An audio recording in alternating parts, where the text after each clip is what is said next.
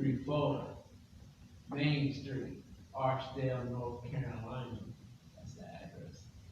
And we about to have Shabbat class, Sabbath class, and we about to get into the scriptures. Hallelujah. Hallelujah. And we in the new year, we in a bit in that bed, Paleo, Hebrew, Abba, Yah, and we about to get into the importance of this new year, the importance of spring, and because it don't make sense to have your new year in the dead of winter. Hallelujah. And because things are dead, but in the spring it makes more sense because it's life, and life is coming into fruition, and some important things happen in the spring. Hallelujah.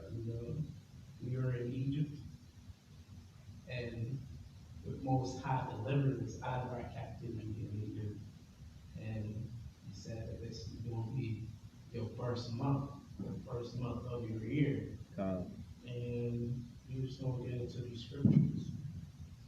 And Exodus, and called this first month Abib. So Exodus, we're going to start at verse 13.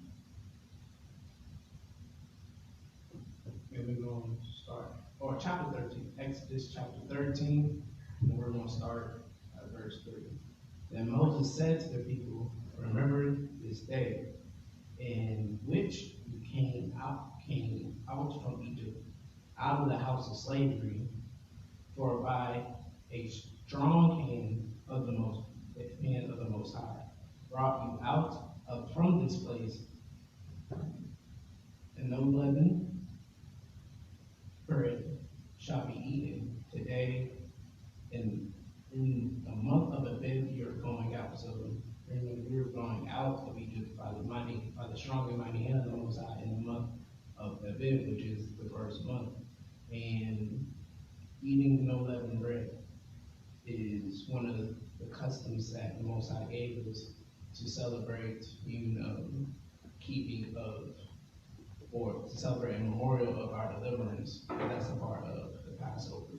And we're going to go backwards to Exodus chapter 12, and pretty much get a history, the background of the Exodus. So everyone knows the Israelites were in captivity in Egypt, and Moses was risen up by the Most High to bring deliverance, or to be a catalyst, to be a tool to deliver the Israelites out of their bondage. There were multiple plagues that were struck down that came upon Egypt. The Most High used Moses and Aaron to exercise, and the final plague, the final curse upon the Egyptians were pretty much the Most High was going to take out the firstborns of their sons, and who weren't covered by the blood of the Lamb, or the doorpost wasn't covered by the blood.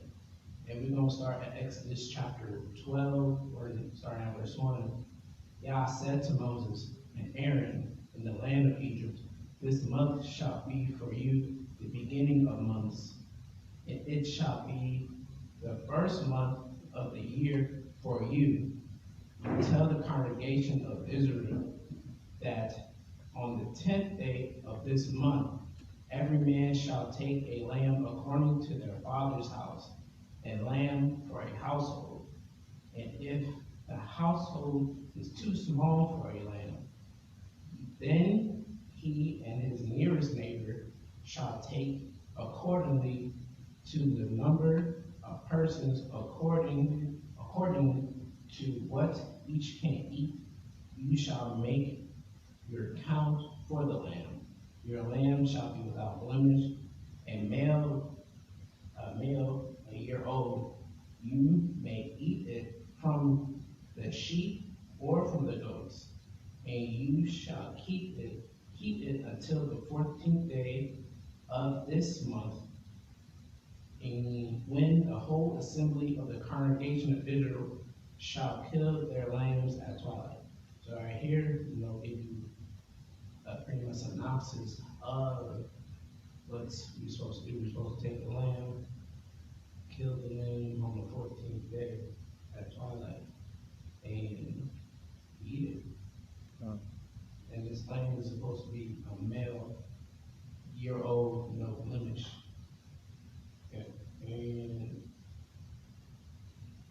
verse 1, I'll let you continue reading. Then they shall take some of the blood and put it on the doorpost. Put it on 2 doorposts and the lintel of the houses in which they eat it. They shall eat the flesh that night, roasted on the fire, with unleavened bread and bitter herbs they shall eat it. Do not eat any of it raw, nor boiled in water, but roasted its head with its legs and its inner parts. And you shall let none of it remain until the morning. Anything that remains until the morning you shall burn. And in this manner you shall eat it, with your belt fastened, with your sandals on your feet, and your staff in your hand. You shall eat it in haste. It is the Most High's Passover. So right here it's telling you that with the blood of this lamb, of the sacrifice that we killed, you're supposed to cover it, put it on the doorpost and the lintels, and the manner of how to prepare it, or the manner of to eat it with, is unleavened bread. And unleavened bread meaning it's symbols of a life, of a body, of a vessel that's free from sin, because leaven makes bread rise. The Most High prepares us as bread, as bread. So if we allow leaven, and leaven represents sin. So if we have leaven within us, that means we have sin with us. And when we take soon, and when we release this leaven, release this sin, we become unleavened. So and eat it with bitter herbs. That bitter herbs is the hardness and the bitterness of our captivity, and the bitterness that we bear, both externally and internally. And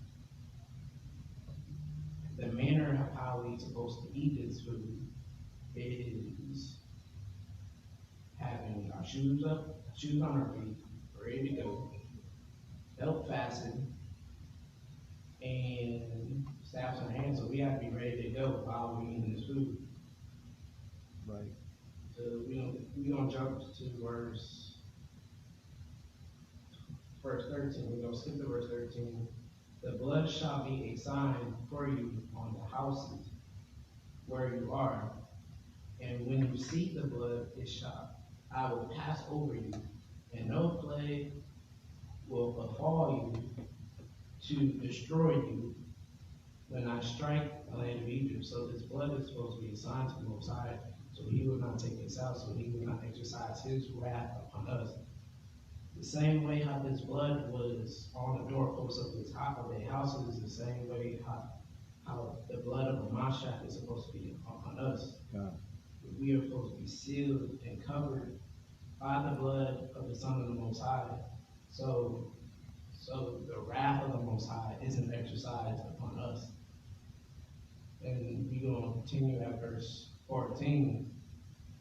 This day shall be for you a memorial, and you shall keep it as a feast to the Most High throughout your generations. As a statute forever, you shall keep it as a feast. 7 days you shall eat unleavened bread. And on the first day you shall remove the leaven out of your houses.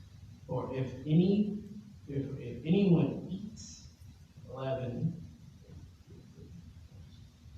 if anyone eats what is leavened from the first day until the 7th day, that person shall be cut off from Israel. On the first day you shall hold an holy assembly. On the 7th day a holy assembly. No work shall be done on those days, but what everyone needs to eat, that alone may be prepared by you. And you shall observe the feast of unleavened bread, for on this very day I brought your host out of the land of Egypt. Therefore you shall observe this day throughout your generations as a statute forever. In the first month, from the 14th day of the month at evening, you shall eat unleavened bread until 21st day of the month at evening. For 7 days, no leaven is to be found in your house. And if anyone eats what is leavened, that person will be cut off from the congregation of Israel. Whether he is a sojourner or a native of the land, you shall eat nothing leavened in all your dwelling places. You shall eat unleavened bread. Sorry, here it's telling you that for 7 days we're supposed to eat unleavened bread. Mm-hmm. And if anyone who eats leaven, any food that has leaven in it, they'll be cut off from the assembly, they'll be cut off from the congregation, they'll be cut off from the people of Israel. That's both for the natives, so of the bloodline, descendants of Abraham, Isaac, and Jacob, and for those who sojourn, those of the nations, those who decided to take upon the lifestyle of Torah and seek a relationship with the Most High, who aren't a bloodline descendant of Abraham, Isaac, and Jacob. That applies for them as well.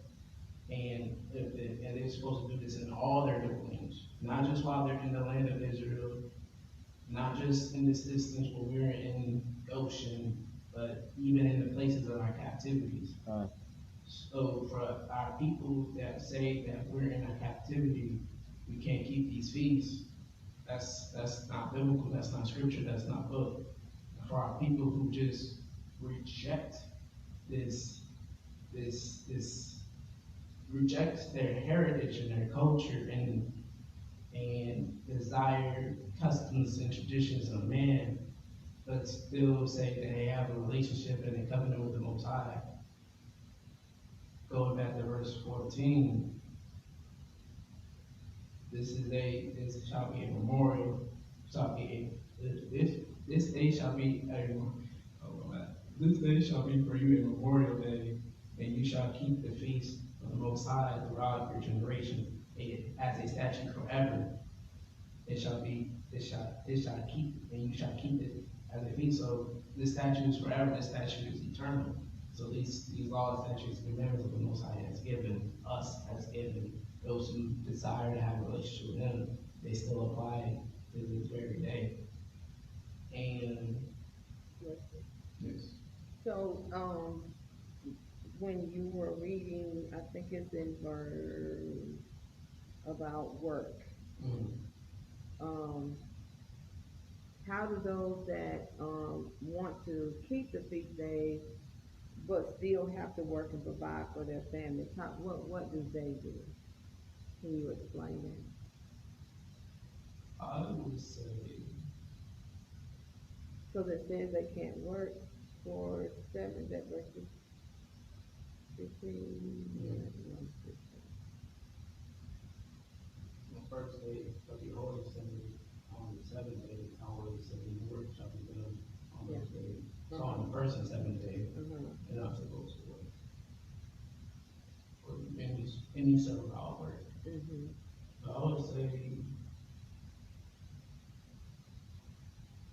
that if they can take those days off, but if you can't, there is grace and mercy provided.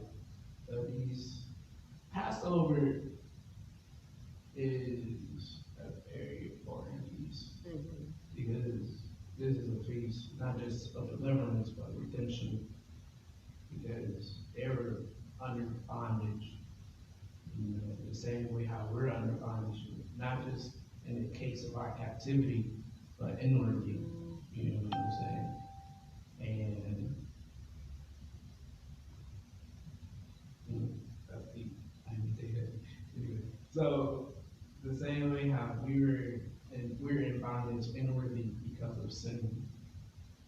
This blood that was shed during this situation, Passover, the blood of the lamb that was shed and was covered up the same and set them free from redemption. That blood of that lamb bought their sacrifice, bought their redemption the same way how the blood of Mashiach bought our redemption. Both, both in this physical captivity and overcoming redemption and rescue in this present captivity, but also within the captivity of sin within ourselves. I didn't take that in. Oh no. That's a great answer because when we read the book, um, sometimes when we read, like you said, Passover is a very, very important feast, you know, um, and when you look at people that have to work, knowing how important this feast is, some people can't get off work, but they want to honor the feast. So, you have to look at, like, how do I do this and still honor the feast? But, the Most High understands our situation because we're in this present situation, present time now where people have to work in order to provide for their family. So it's, I think that he will honor that. He knows our heart. He understands in our heart we want to do this with everything within us. And if we can't get off work to do that, then, he won't hold us accountable for the fact that we have to do things to take care of our family, is what I'm saying. I mean, I could be wrong, but that's just my. Absolutely. Other thing that we can do is just sacrifice. Like we can, I suggest if you can't get off those days, you fast. But that's, I don't have dictation over other people's relationship. Right. So that's just what I suggest. Yeah. If you can't get those days off, all praises. If you can't get those days off, the Father will have grace, mercy on you. It has understanding. Yeah, man. All praises. So we have the understanding. Hallelujah. That all praises. So we have understanding that Passover, the first feast of the year, first feast in the spring, how we, and the story of redemption is also the spring. In the springtime is also something that also occurs, and it's the time when kings go to war. And 2 Samuel chapter 11, verse 1. I'm just going to read the first part of this verse. In the spring of the year, the time when kings go to battle. So right here, it's telling you that in the springtime, that's when kings go to war and do what they're supposed to do. And that's when the Most High went to war for us and did what He did to deliver us out of our captivity in Egypt. And He went to war not just with Pharaoh, but with the powers and the gods and the mighty ones of Pharaoh. So Exodus, going back to Exodus chapter 12, verse 12, for I will pass through the land of Egypt that night, and I will strike all the firstborn in the land of Egypt, both man and beast, and on all the gods of Egypt I will execute judgments. I am God.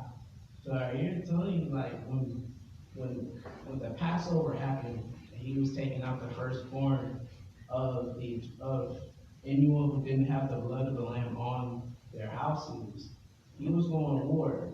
He was executing righteousness in the nation. He was executing judgment upon all those who did not fear His name, who did not fear His reputation, did not take Him seriously. And in the springtime in Jerusalem is when our King Mashiach, His death and resurrection happened during the month of Aviv, and He is our Passover. He was the lamb that was sacrificed for us. He was the lamb that he was the entity that took the wrath of the Most High for our sake and sacrificed Himself for us to bridge that gap between man and the Creator of all creation. And We're going to go to John 1, verse 29. The next day he saw, and he, being John the Baptist, saw Yahushua coming toward him and said, Behold, the Lamb of Elohim, who takes away the sin of the world. And I want to throw this out. Which world? Wow. You know, because Hebrews 1 tell you that there's many worlds. But in Isaiah 45:17, Isaiah 45, verse 17, if someone did their formula, can read it. You said 45 and what? 17. I'm already here. So Hebrews, not Hebrews, Isaiah 45, verse 17. But Israel shall be saved in the Most High with an everlasting salvation. Ye shall not be ashamed, nor confounded, world without end. We are that world that Messiah, that the Lamb of the Most High came to die and take away the sins of. And he's our Passover. And he's our only way to bridge that gap, to have a relationship with the creator of all creation, the possessor of heaven and earth. And we're going to go to 1 Corinthians chapter 5. Use that ladder. Yes, you use that. 1 Corinthians what? Chapter 5, we're going to start at verse 6. Your glorying is not good. Know ye not that a little leaven leavens the whole lump? So to recap, leaven is sin. The thing what leaven does, it rises up bread. To do a recap, a reminder. So when we boast and glory in things that we have no business boasting and glorying in, that's sin, bro. That's pride. And that pride is going to raise you up. And you know, the Most High, he had a strong beef with prideful people. He had a strong, it's an abomination in his presence. It's an abomination in his sight. So when we boast and glory in things that aren't connected to the creator of our creation, we don't give credit where credit is due. It raises us up. It raises us up and makes us prideful, and it cuts us off from knowing the Most High and having a good relationship with the Most High. Okay. Stop at verse 8. 7? Yeah. Oh, verse okay. 7. Yeah. I'm sorry, where you 1 Corinthians chapter 5. Okay. We pick back up at verse 7. Okay. Purge out, therefore, the old leaven, that ye may be a new lump. So we got to cleanse out this old leaven, this old sin, so we become new creations, a new creature in the sight and the presence of the Most High. Hallelujah. We got to get rid of these sin and whatever weighs us down from running this race that we're supposed to run. So we can do the things and operate the way that the Most High desire for us to do the things for his glory, for his praise, for his honor. All right, continue.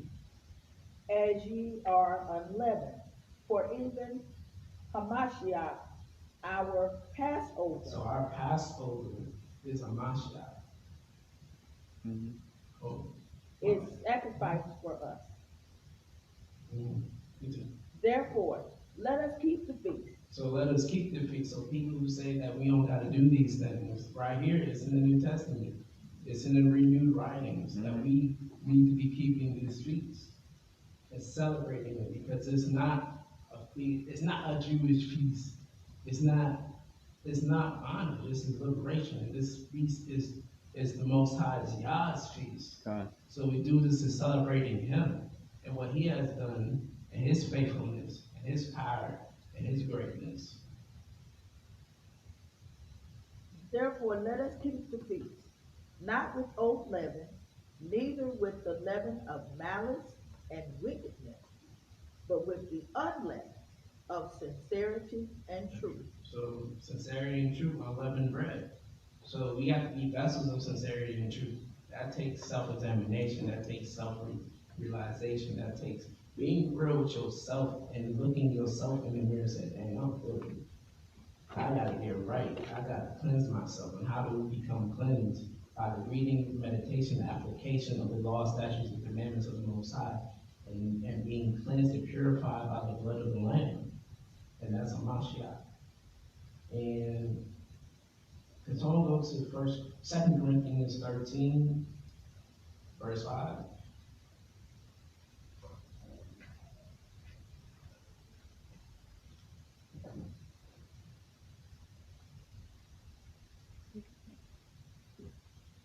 Examine yourselves, whether ye be in the faith. Prove your own selves. Know ye not your own selves, how that Yeshua is in you, except ye be reprobate. Yeah, so we gotta examine ourselves. We gotta check ourselves. We gotta be real with ourselves, and how we do that by looking into these scriptures, being guided by the Holy Spirit, and just seeing our faults, and talking to the Father, and having a humble heart, and allowing the Father to show us how messed up and how jacked up we are, because we are messed up and jacked up people who needs deliverance, who needs the Most High's involvement in our lives to purify us and make us clean. And can someone go to Isaiah chapter 1, verse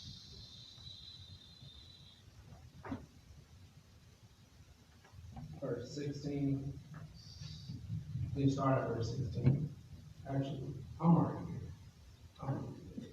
So Isaiah chapter 1, starting at verse 16. Wash yourself, make yourselves clean. Remove the evil of your deeds. From before my eyes, cease to do evil. Learn to do good. Seek justice. Correct oppression. Bring justice to the fatherless. Plead the widow's cause. Come now, let us reason together, says the Most High.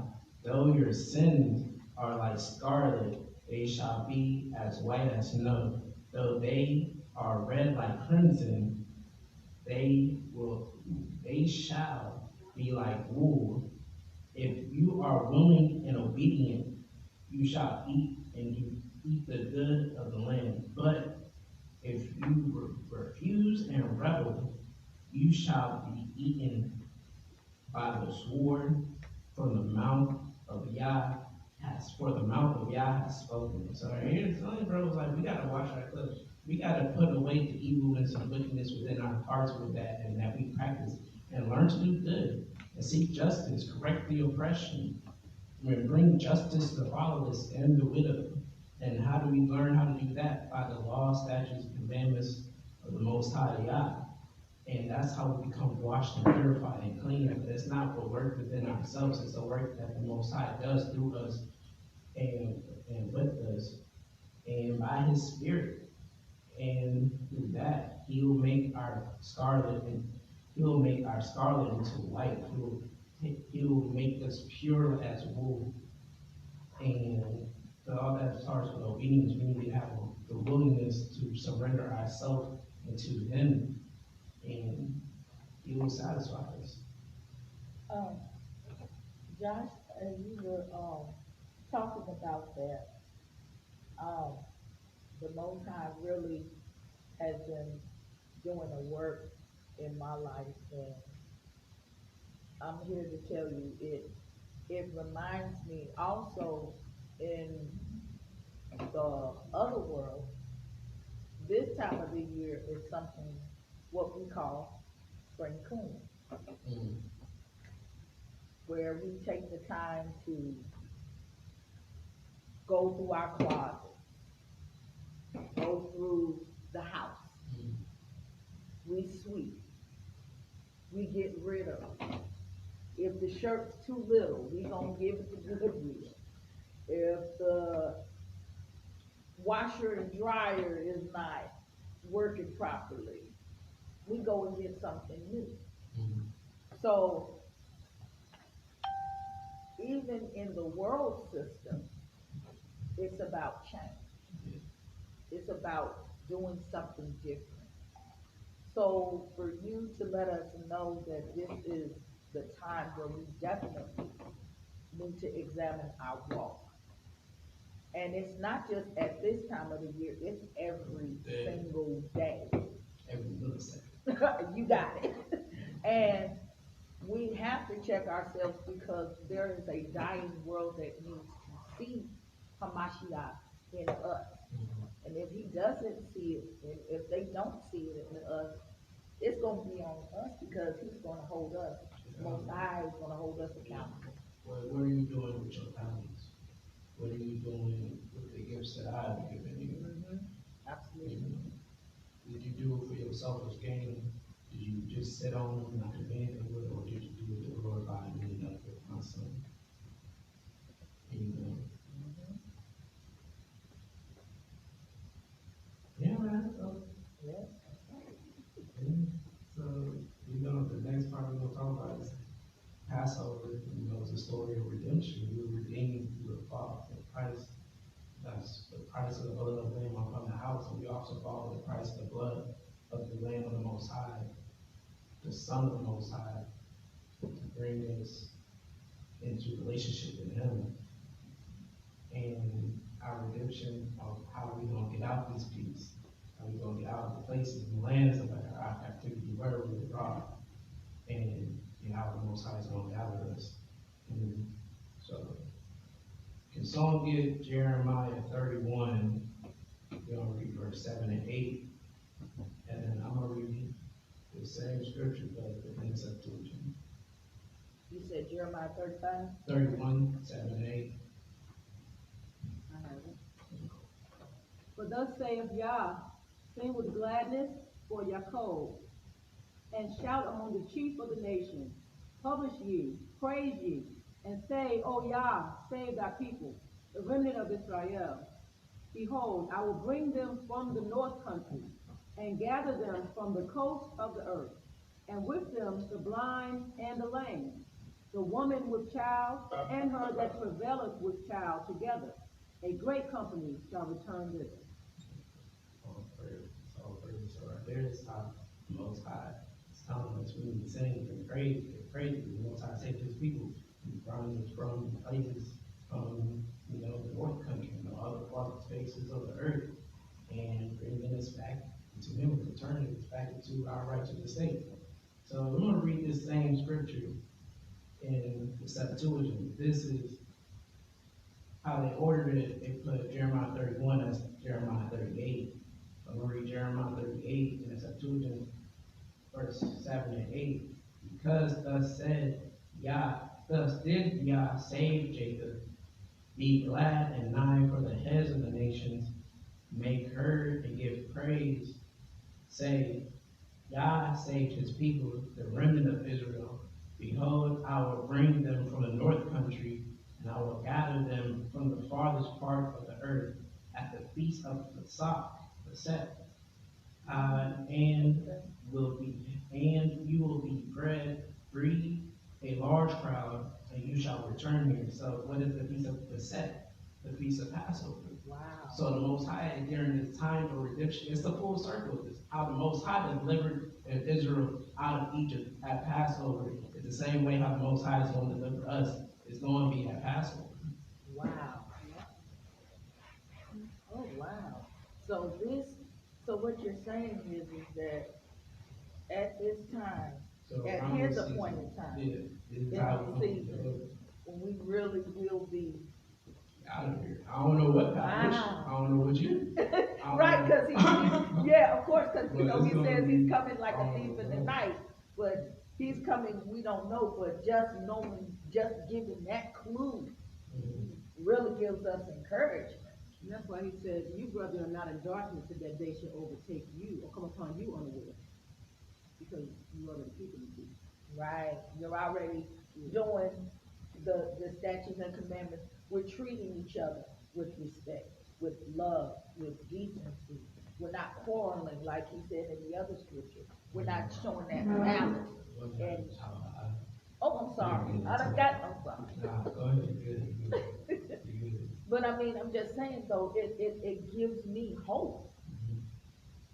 That's what the blood did. It gave us hope for a brighter day, and knowing that before it's all over, he said in his word, you know, I'm going to come get you. I'm going to redeem you. Because my son did the hard work, now all I got to do is you all just keep on doing what you're supposed to be doing. Cleanse yourselves, keep the feast, do what is required in my words, my laws, and my statutes. Then, like you said, you're going to eat the fat of the land. You just said it. And the importance of keeping the feast. The importance of keeping the feast is key, because when we keep these feasts, we're being sealed. You know what I'm saying? That's how the Most High is sealing us. So, 2nd Ezra chapter 2, we'll start at verse 38. Arise up and stand. Behold, the number of those that be sealed in the feast of Yah. So right here is telling you that the Most High is sealing his people in these feasts. The people that the elect are being sealed when we keep these feasts. And yeah, I just want to touch on that. So can someone get Isaiah 11?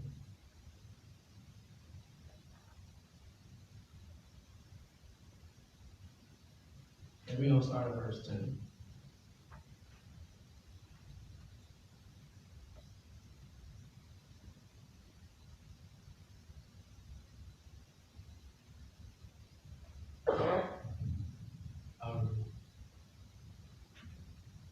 Everybody?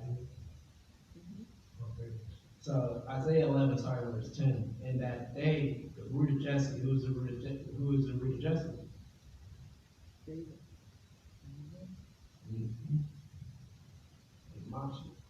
That's right.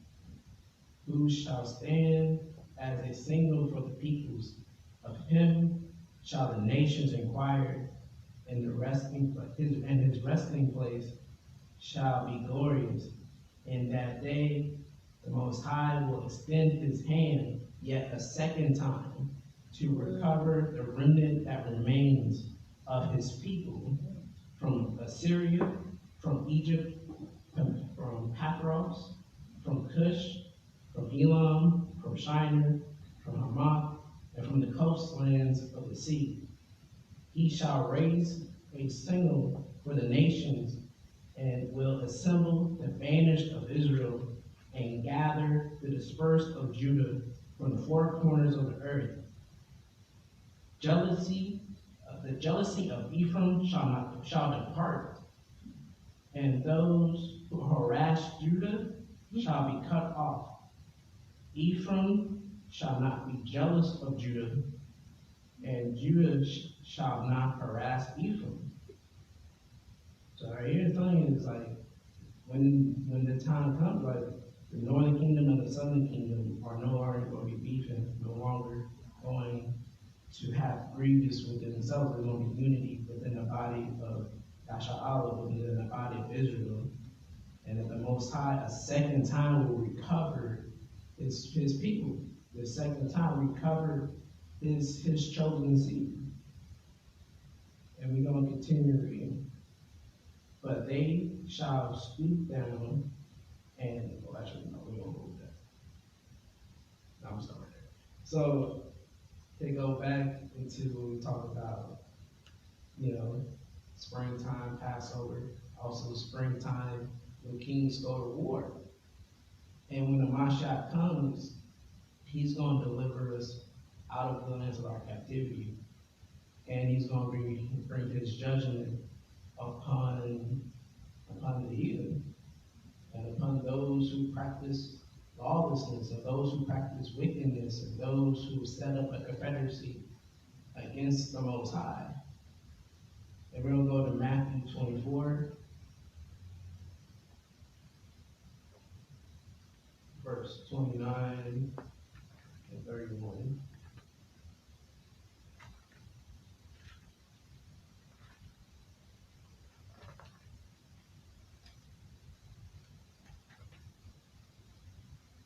31 through 39? 29 through 31. Okay. Immediately after the tribulation of those days shall the sun be darkened, and the moon shall not give her light, and the stars shall fall from heaven, and the powers of the heavens shall be shaken. And then shall appear the sign of the Son of Adam in heaven.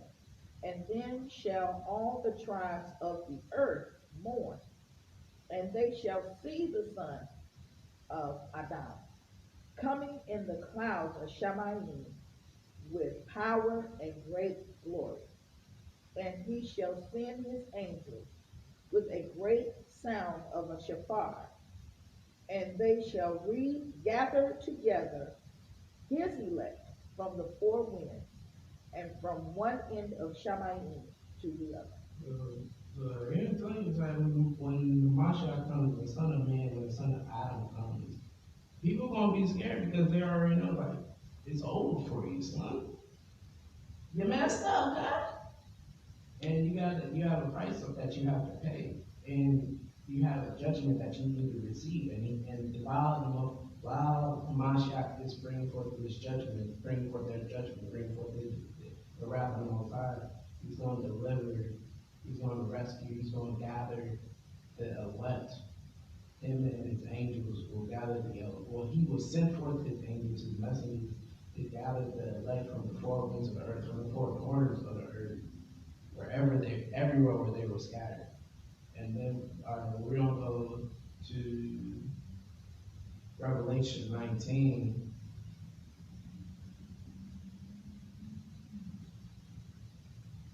We're going to start at verse 11.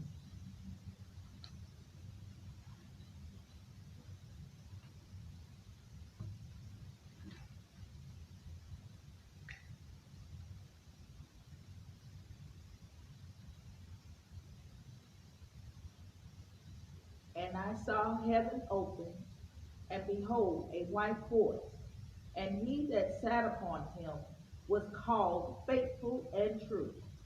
In righteousness he judges and makes war. His eyes were as a flame of fire, and on his head were many crowns. And he had a name written that no man knew, but he himself. He was clothed with a vesture dipped in blood, and his name is called the Word of Elohim. And who is the Word of Elohim? Who is the Word of the Most High? Mashiach.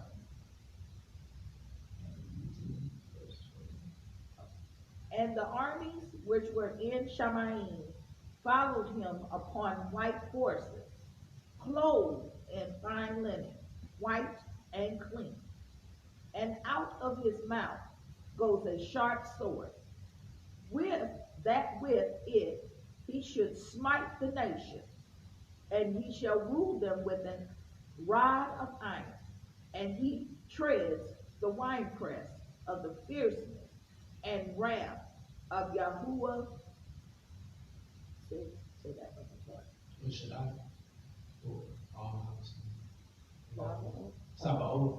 Sabaoth.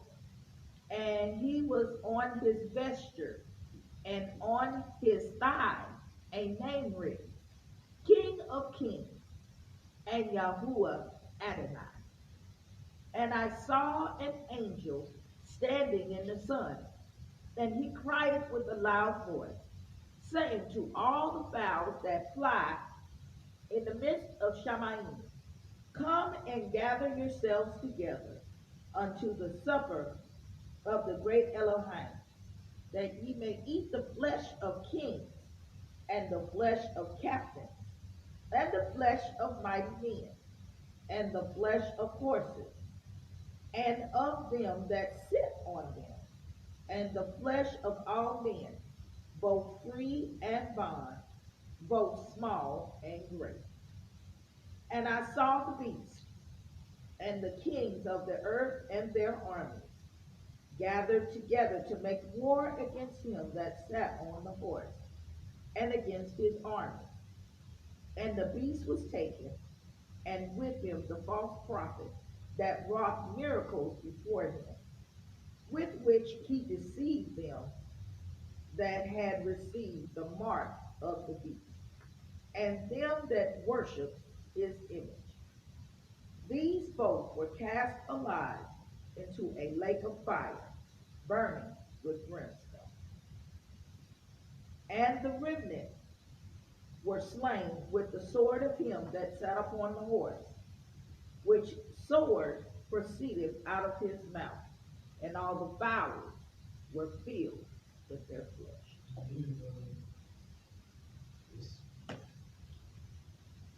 When we have a picture of the Messiah that we were raised with, we say, this is a man of peace.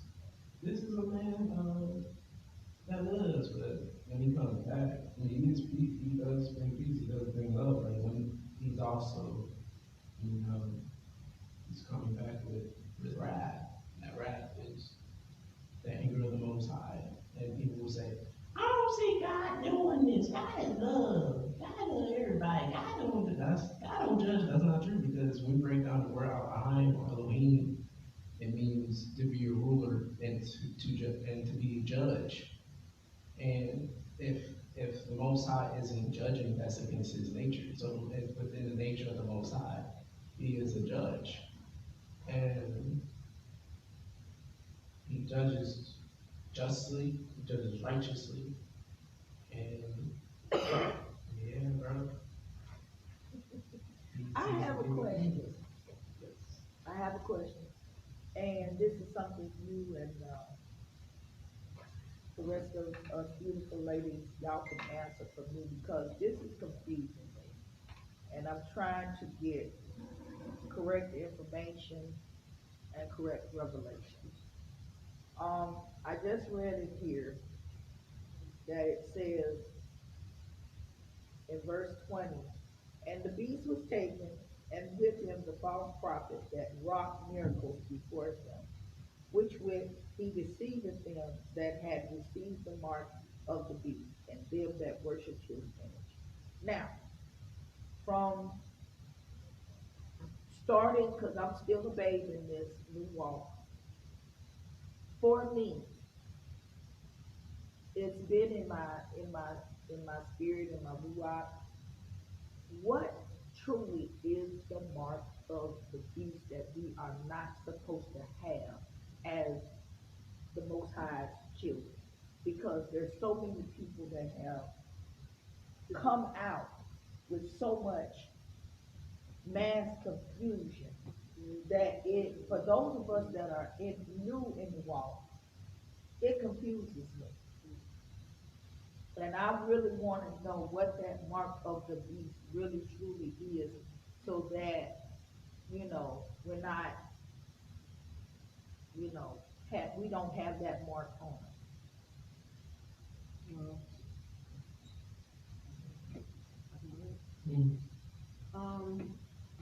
Truth is, nobody really knows.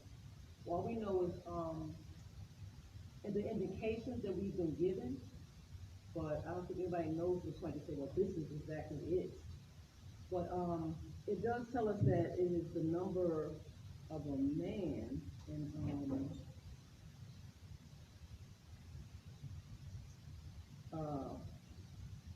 Revelation somewhere. Revelation 13. Thank you. Revelation 13.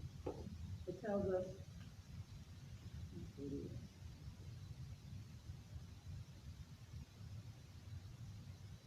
like, people will say it's a person, some people say it's the vaccination, some people say it's this and that. That's what I mean by I know exactly what it is, but we do know, we have indications of what it's going to involve. What verse is that in? 16. Okay, let's start at 16. okay. And he causes all, thank you, both small and great, rich and poor, free and bond. Sounds global to me, doesn't it? Free and bond to receive a mark in their right hand and in their forehead, that no man might buy or sell, has to do with commerce, save he that had the mark, or the name, this is an or, not an and. These are different characteristics. You can have either or. Say he that have the mark, or the name of the beast, or the number of his name. Those three characteristics you know are given. And then it says 18, here is wisdom. Let him that have understanding count the number of the beast, for it is the number of a man, and his number is 300.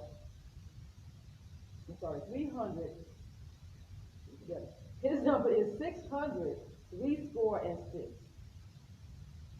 And that number in Greek is PC sigma.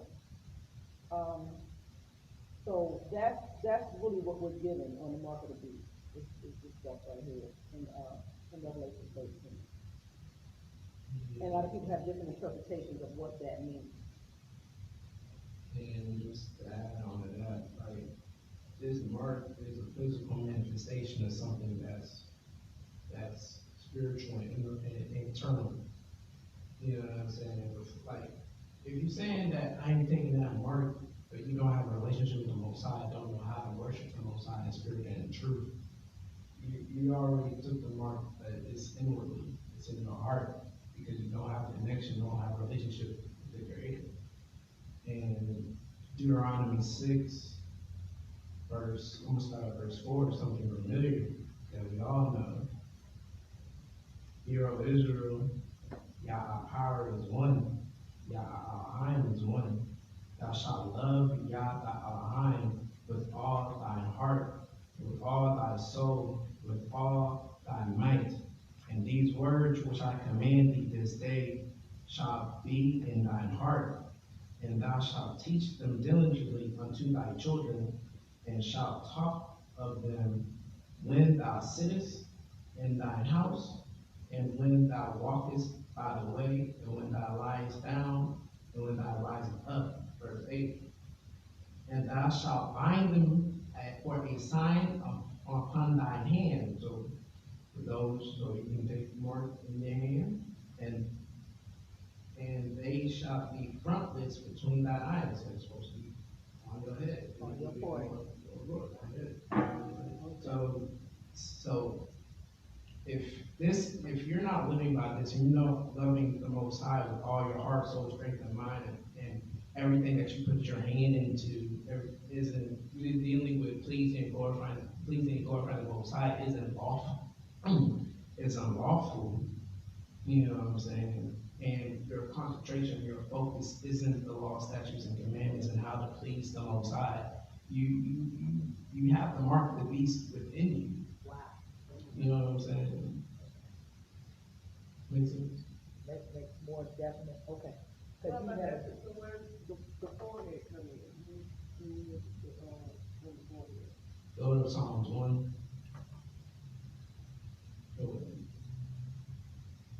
This is Revelation. I can't think of exactly where it is.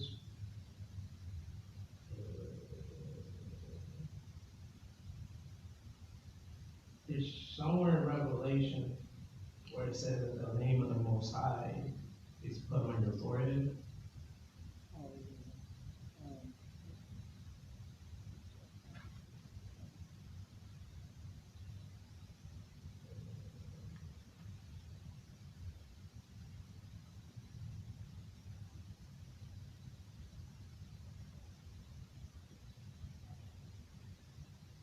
Revelation 14:1. And also Revelation 17, 14:1. Because the other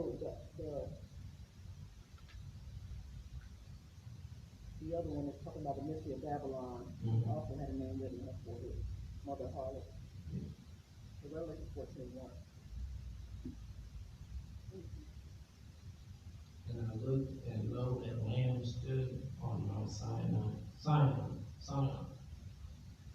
and with him 144,000, having his father's name written on their foreheads. So you either got two names, two things written on you, bro. You either got the mark of the beast,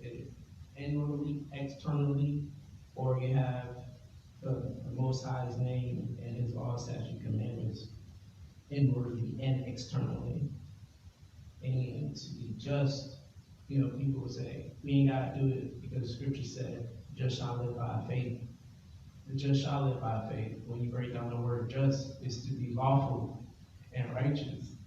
So the lawful shall live by faith. And if you break down the word faith, Mhm. it actually is an action word. Yeah. It doesn't mean believing. Belief. They've been taught that it means belief. You gotta put But faith work in. means doing what you are assured is true. Mhm. That's faith. They put their work in. Yeah. And In Matthew 6:24 it says, no man can serve two masters. For either he will hate the one and love the other, or else he will hold to the one and despise the other. You cannot serve Yah and Mammon. So you're going to have a name, but you choose which name it is. You're either going to have the mark of the beast or you're going to have the name of Yah. You can't serve two masters. And that makes more sense to me now, because Paul says we're supposed to what? Renew our mind every day. And when we renew our mind, that means we're putting in this. We're putting in the laws, statutes, and commandments. We're writing that stuff. It says, write it on the table of your heart. And then, so now that we're in that season of cleaning out, we're cleaning out that, like you said in the beginning, that unleavened, the leaven, the stuff that's messing us up. We can ask him to clean us out, search those areas that are dirty, and like you were saying before, jacked up, because we are jacked up. We're hard-headed, we're stiff-necked, we don't want to listen, and we miss the Most High because of disobedience and willful rebellion, which is considered witchcraft. Right? So, that's verse 7. What makes me think about, I was listening to what everybody was saying. So having a mark on your forehead, he is a spiritual job.